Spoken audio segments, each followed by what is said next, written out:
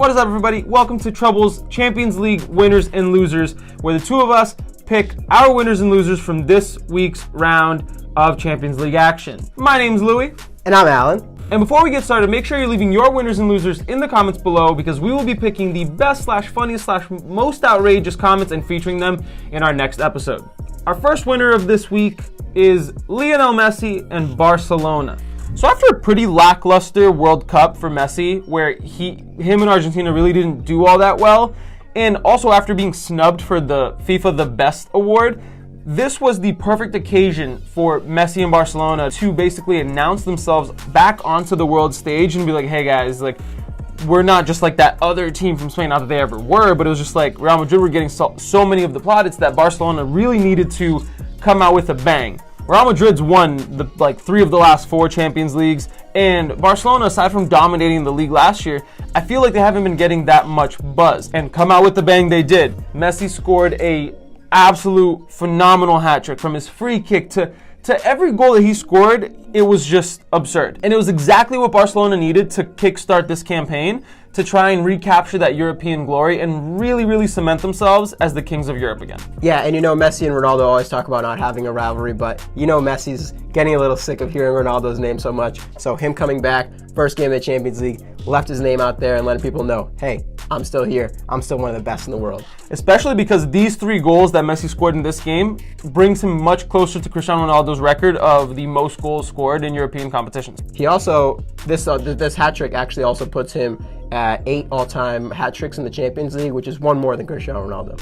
Man, these two guys, man, they're forever going to be this 2 different sides of the same coin. Yeah, it's just 2 guys that are way too good for this generation of football, and we're just kind of blessed to be able to watch both of them compete at this level. For sure. So guys, you knew this was coming. Messi just got a dub, so we'd have to hand Cristiano Ronaldo the big fat L. He got a red card, which we can debate if it was a red card or not, but we're giving him the L because of the way he reacted after the red card. The dude was a big baby. Let's be real. Walked off the field, was crying, was throwing a tantrum. Although he's a very, very passionate footballer, one of my favorites, so don't get me wrong, you just don't want to see that. It's just a red card, and it happens every now and then. You might be mad at the referee, but dude, the referee's not going to change his decision with the way that you're reacting. If anything, it's just going to make it worse. So didn't like to see that from Cristiano Ronaldo, a guy who's, a role model to so many people. You want to see him be cool, calm, and composed. Just wasn't pretty.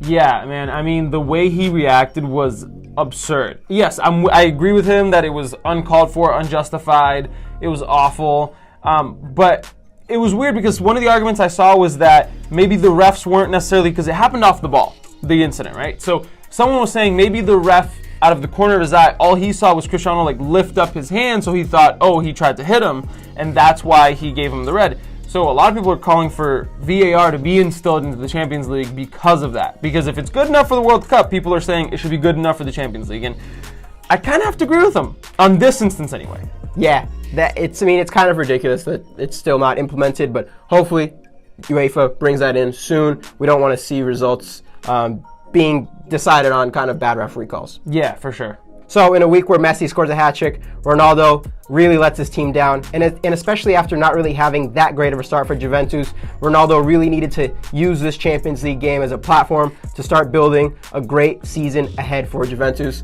Wasn't great. You just don't want to see it. Right, and especially because he joined Juve to win the Champions League. It wasn't like they needed his help to win another Italian league. They're good. They've won plenty of those. So he joined Juve specifically to win a Champions League, and this was probably the worst start for him anyway that he could have had for Juve. And on the flip side, another winner is Juventus. Yes, Juventus.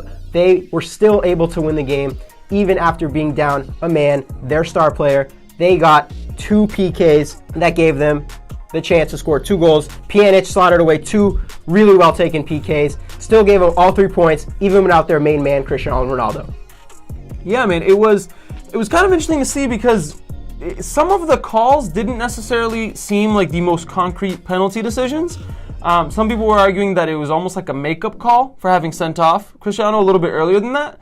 But regardless of that, Pjanic is that dude on the dead ball is deadly. If it's a free kick, if it's a penalty, this guy is just very good from a dead ball situation. And yeah, I mean, luckily enough, they were able to get that win and actually start their Champions League campaign off with a bang. Our next loser is Tottenham Hotspur.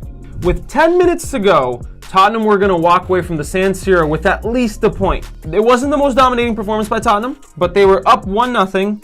But thanks to Mauro Icardi's heavenly right foot and that volley that was literally impossible, at least Tottenham were going to walk away at that point with 1 point, which in the history of the Champions League, the San Siro is one of the most notoriously most difficult places to play in because their fans are just absurd. The fans pack the San Siro and they are one of the most passionate fan bases in all of the world. And they're always behind their team and they were so ready to kick off another Champions League campaign. And so Tottenham even getting 1 point away from home in Milan to be able to walk away with at least a point would have been amazing. Now, what ended up happening was towards the last few minutes of the game, they absolutely had a mental lapse and their defense just collapsed and allowed this guy to get essentially a free header in the box and score a goal. It was as if the defenders just completely shut off and let the guy score. Yeah, for sure. It definitely was a mental breakdown from the defense, but that strike, out of this world. Sometimes the strike is too good to even stop, and I think it was something sent down to the heavens for us to say, Icardi, you're going to score this beautiful goal for us, and that's what happened. Man, that goal is going to be implanted into Inter Milan fans' heads for the rest of their lives because I'm not an Inter Milan fan. I don't necessarily, I don't really care for them, but I saw that goal and I got goosebumps. I was like, oh my God, that is so phenomenal. Yeah, and one storyline ahead of this match was actually the Harry Kane versus Icardi matchup. Two guys who were basically scoring a goal every 90 minutes or so. It was debated of who was going to score first, who was going to have a bigger performance for their team, and Mauro Icardi came out on top. Yeah, and to your point, which further solidified Tottenham's loser status for this week, was Harry Kane was on the pitch for 90 minutes and did not attempt a single goal on target. This is one of the center forwards that people have been touting as one of the best center forwards in the world, talking about how great he is and singing his praises. But yet, on the biggest stage, on one of the most important nights of his career, Harry Kane can't manage a shot on goal? This is your center forward. This isn't your right back. This isn't your center defensive mid. This is your center forward whose sole job is to score goals. And not even to score goals, to at least put the pressure on the keeper and get a shot on net. So right. You definitely don't want to see that as a Tottenham fan. Hopefully for Tottenham, they chalk it up as just one bad game. They don't want to see him have a season like that, obviously. So they're probably hoping that it was just a bad game. Maybe he was sick a little bit and couldn't perform. Another winner for this round of Champions League action was Renato Sanchez. Renato Sanchez, who is back at Bayern Munich after having an awful spell at Swansea, really not playing to the kind of golden boy status that he was given, comes back playing against his old team Benfica and able to get a goal in the Bayern 2-0 victory for them. Yeah, and he was instrumental to the goal.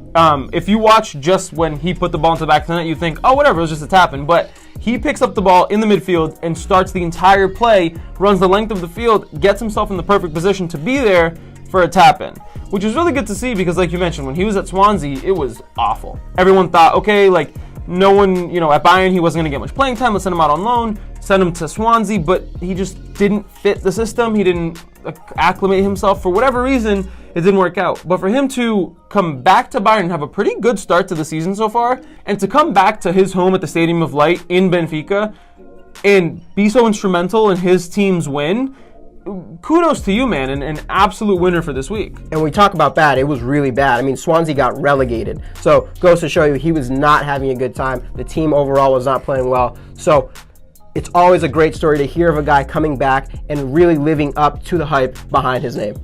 Right, and especially because it goes to show it wasn't necessarily him who was slacking off or having the worst season. It was a lack of environment, because if the whole team was doing so poorly that they got relegated, clearly the issues didn't start and end with him. Right.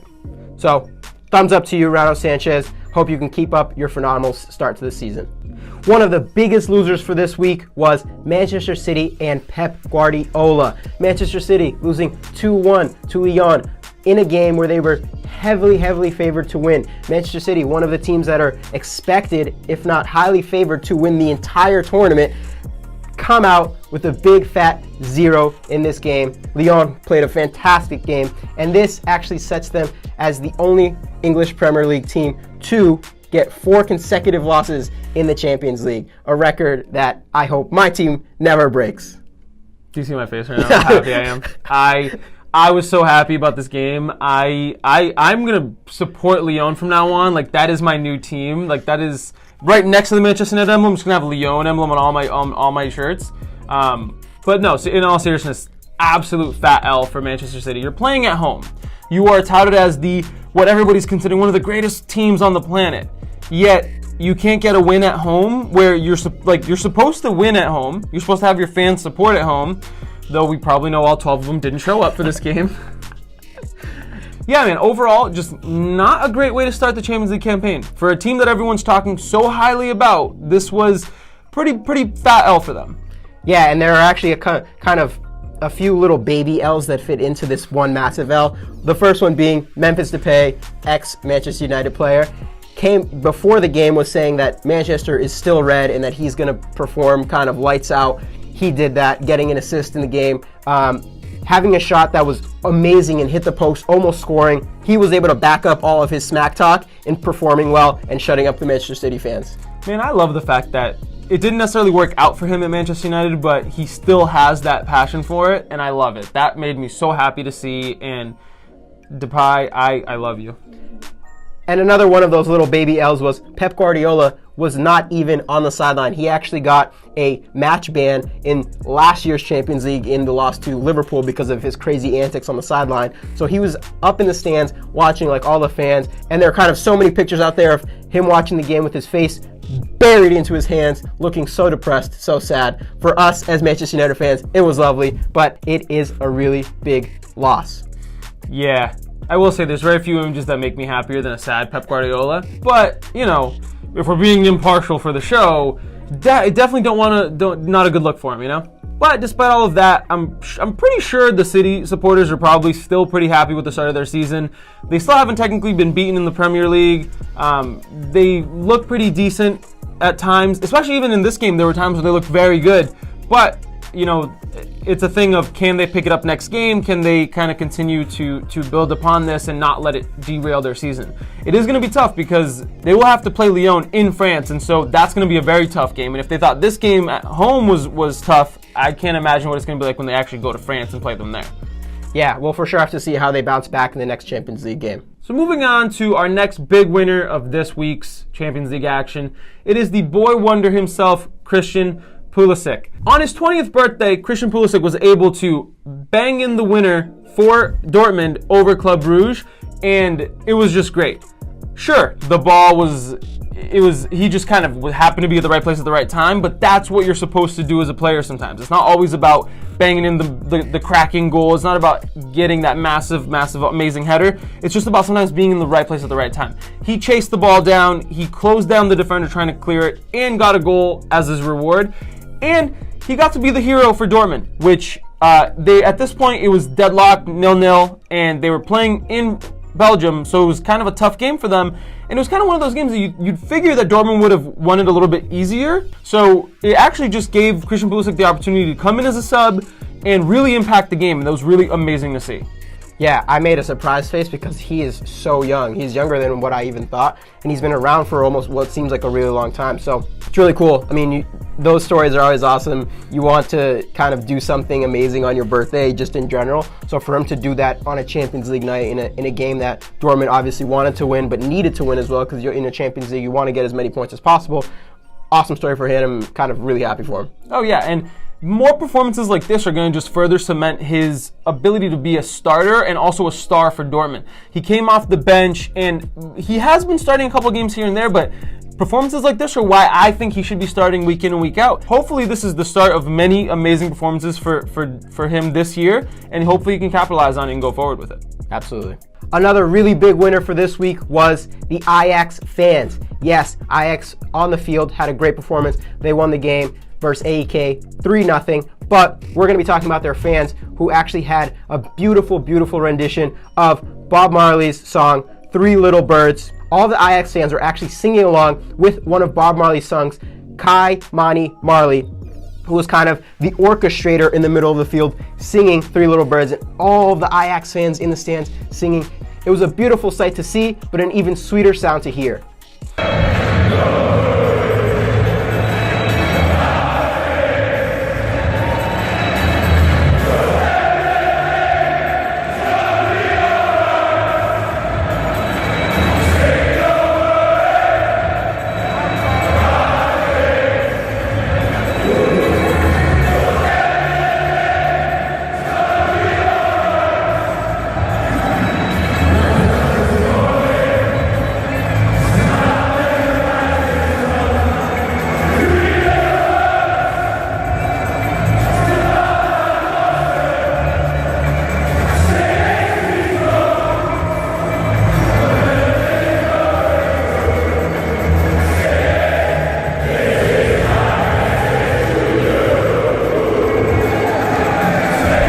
Yeah, man, the fact that he was leading them from the field and it seemed like the entire stadium was singing along with him. A part of me doesn't really understand why they chose that song or him or what he was doing in the Netherlands.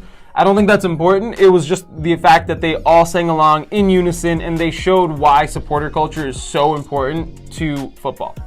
Yeah, I mean, the sport is way bigger than just the players on the field, right? So Ajax, really beautiful display. We want to see more of that from every fan across the world. And yeah, nothing really else to say. Yeah, thumbs up to you guys. Shout out to you for literally giving me chills when I watched that video. For sure. Moving on to one of the biggest losers of this week's action was Neymar and PSG. Despite creating more chances than anybody on the field, Neymar didn't look like himself, and he hasn't really looked like himself since he came back from injury.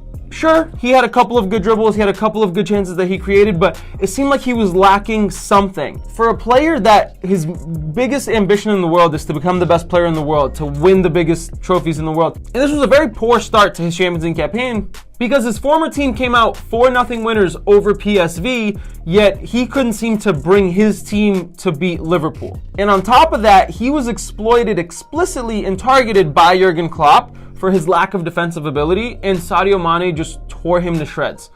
Sure, I get it. He's not really a defender. But when the other team single you out and target you and really try to exploit your lack of defensiveness, that was a problem. Yeah, and it's not really looking good for Neymar now because he is now being questioned about his world-class ability after not really having that great of an impact in the World Cup and now not performing on kind of the biggest club stage. People are saying, well, he can only do it versus the smaller clubs, and Neymar has been struggling to really kind of prove them wrong. Yeah, and the funny thing about this is that I actually don't think it was so much his fault that PSG lost. They lined up with a midfield of Marquinhos, Rabiot, and Di Maria, and Marquinhos is a center back. He is not a center defensive mid, and quite frankly, I think Rabiot is 100,000% overrated. That midfield just didn't work. They were getting outplayed by Liverpool's midfield, which, it was a very workmanlike performance by everybody in the Liverpool midfield, but that game was being overrun in the midfield, and PSG they need more in that midfield. Yes, Verratti wasn't playing this game, so they sorely lacked him. Because if you think about it, if they had a good midfield, someone could have covered Neymar's defensive duties, which is what they usually do. But in this game, it seemed like Rabiot was just misplacing passes here and there, giving the ball away in midfield, and forcing Neymar to come back and track back and defend. Definitely not the best decision by Thomas Tuchel. But then again, you look at their bench, and there's nothing to put on that midfield. There's no one. They don't have a bench. They don't have anybody to supplement this team. Yeah, and what ends up happening, especially when you have a guy of the star status as Neymar, is that he's going to get blamed for a big loss, regardless of what happens, right? So Neymar kind of gets the loser status here, but at the end of the day, it is a team sport, and it's not just all on his shoulders. Yeah. The next winner for this round of Champions League action was Mariano Diaz, the new number 7 for Real Madrid, a guy who had the cojones to step into his new Real Madrid role and take Cristiano Ronaldo's number 7, a number 7 that has so much weight and history behind it. He took the number, and on his Champions League debut for them, was able to score a beautiful, beautiful, beautiful world-class goal. Cuts in, right foot, bend it like Beckham shot that goes top right corner. I mean, stuff of dreams. Man, the shot was absolutely unstoppable. And you're right. Imagine being a young kid and arguably the biggest idol of your club has just left, and you are given the number 7 shirt, and you go, here you go. And you're supposed to look at it and go, okay, let me put this on and not fuck up. But for you to come out in the biggest stage and perform like that, that is one way that you can sort of start to mend the hearts of all the Madristas who are upset that Cristiano Ronaldo left. Yeah, and for Mariano Diaz, hopefully it kind of lessens the burden of having that number 7 shirt. But I'm sure for him to have taken it, he has to have some belief and courage in himself. So this was a really good start for him. Hopefully he can keep that up and really kind of hold that number 7 shirt to the glory that it's used to. Right, and I think that the Madrid supporters will hopefully come to love him a lot because he is a homegrown kid. He's from the academy in Madrid, and he is a player that could be one of their own, someone that they raised, someone that they helped get to that level. So if he can ever even get to 1/10 of Cristiano Ronaldo's stardom with Real Madrid, it'll be a win for him, and it'll be a win for Madrid supporters. Absolutely. He looks like a really exciting talent, so it'll be nice to see how he progresses over the season. Yeah, and we shouldn't forget to mention as well, the entire Real Madrid team for this game against Roma looked very, very good. Yeah, Gareth Bale has been kind of filling Cristiano Ronaldo's shoes as well. He's seamlessly fit into that similar role, bagging goals almost every game now and just being a real threat. All around, they're looking really good. Yeah, and this is a team that a lot of people expected to have a Champions League hangover, having that lack of star power hangover, but they've started their season pretty well. They haven't really been slacking all that much. Their team looks very good. The only player they lost was Cristiano Ronaldo. Everybody else who won that Champions League with them is still there. You still have all of the main key components, and it seems like they were able to paper over the cracks of Cristiano leaving by just, Karim Benzema has scored more goals at this point in the season than he did up until January of last season. So he's looking good. Gareth Bale has been very fit, looking phenomenal for them. So if they can kind of keep that up, then some people might be saying Cristiano Ronaldo who? Right. Yeah, it'll all depend on how well they do in the Champions League and in La Liga, but that's something we'll have to see at the end of the season. For now, they don't really seem to be missing him that much. And our last winner of this week's episode is Red Star Belgrade. Now you might be thinking, they just tied 0-0, but this is the first time that Red Star Belgrade has ever participated in the Champions League. What's interesting about them is that they actually are the only former Yugoslav team to ever win a European Cup. The European Cup, for those of you who don't know, was the predecessor to the Champions League. They rebranded and redesigned it in like 92. And this is the first time in about 27 years that Red Star Belgrade has participated in the top level of European competition. They were up against a Napoli team that people really expected to get 3 points in this game. A Napoli team that is kind of fluid, attacking football. Last year in the Champions League had a really good spell, so people were really expecting Napoli to come out as a winner here. Red Star, on the other hand, Red Star said, we're not going to let that happen. Yeah, their goalkeeper was absolutely phenomenal in this game, and he was just making save after save after save to keep Red Star in this game. A lot of the fans were like, finally, Red Star's back in Europe at the biggest stage. But they get drawn into this group that is Liverpool, PSG, Napoli, and they are clearly the minnows of this group. But for them on match day 1 to come out and get points at home against a very, very good Napoli team was a win. I can't categorize this as anything other than a win. And sure, no one's expecting them to go much further than this, but they can make the group interesting. Absolutely. What people often overlook is how formidable Red Star's fans are. When they're playing at home, that is one of the scariest places in probably all of the world to go to as an away team, because their fans are, regardless of the score, going to be yelling, screaming, making that place a terrible, terrible place to go to. Yeah, and I remember I saw videos this week of what the tunnel looks like for players to go from the dressing room to the field, and I would probably be shitting my pants if I had to do that myself. It's terrifying. You're in this dark little tunnel, and you have to come out onto this massive stadium that's just full of people angrily hating you. And it's just crazy, man. These fans were out there, they were supporting their team, and it was amazing to see. Yeah, and especially for, let's be honest, a lot of these bigger European teams, they're used to the more glamorous away ends where fans aren't going to be that crazy, right? But going into this Red Star game, I'll say that any team that goes there is going to have an issue, really going to have to put up a fight, because that 12th man, all those people in the stands are going to make it difficult. Yeah, and what a way to announce yourself back onto Europe. Like, we talk about these giants of football, and There's a lot of clubs that have won European Cups and people don't really consider them giants, like Red Star. They have a European Cup, which is more than what a lot of these bigger clubs, like think about Tottenham. They've never won anything, but they are a massive club in today's standards, but Red Star has won a European Cup. They have history. And so for them to be able to come out here and announce themselves in this way, to be like, I'm back in the Champions League, I'm so happy for them, and hopefully they can do it year over year over year. So guys, that wraps it up for us in our first ever Champions League Winners and Losers show. Be sure to leave your winners and losers in the comments below to have a chance to be featured in our next episode. Also, just let us know what you thought of the episode. Like we said, it is our first episode and we're always looking to get better. Let us know what you liked about it. Let us know what you disliked about it. Let us know in the comments below. But that being said, if you liked the episode, come over here, press the little subscribe button, hit the thumbs up, and we would really appreciate that. That's it for this week. And we'll see you guys after the next round of Champions League action.